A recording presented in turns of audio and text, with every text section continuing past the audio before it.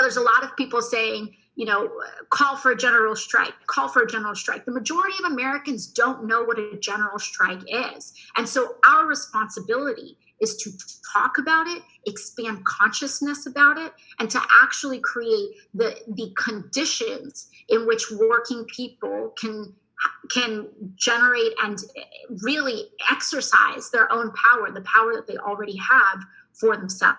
When we talk about the solutions that Congress needs to have moving forward, I just think it's important for us to say that incrementalism is not helpful in this moment. It's not helpful for people to say, oh, well, we got something, so we might as well support it. We got a nickel, we got a dime in $1 trillion bill, so a nickel is more than nothing, so we should support it, is unacceptable. Not in my community.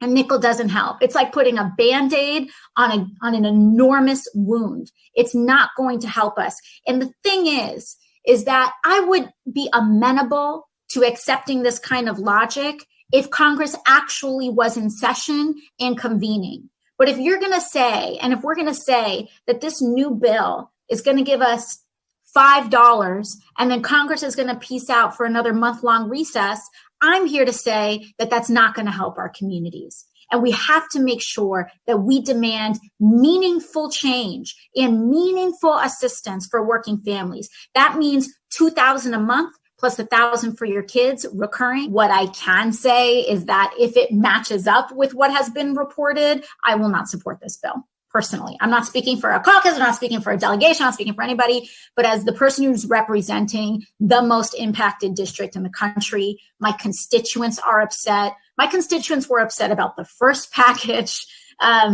because it is insulting to think that we can pass such a small amount of money in the context of not knowing when Congress is even going to reconvene, and pass such a small amount of money, pat ourselves on the back, and then leave town again. And please continue to push and advocate for things like rent suspensions, payment suspensions, mortgage suspensions, the guaranteed housing. And everyone, we need to expand our public health care systems, drop the Medicare age to 0. Some people are arguing for mass enrollment in TRICARE. Whatever way we can get this done, let's get it done. Because when there's 10 million people that have just been suspended or just been laid off or furloughed from work, that's 10 million people whose health insurance is now imperiled.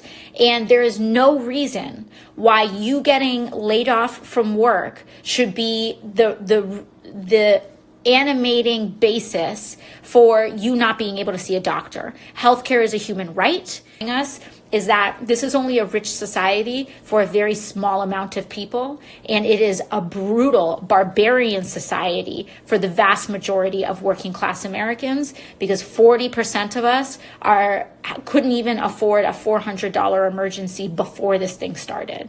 This is more than a $400 emergency.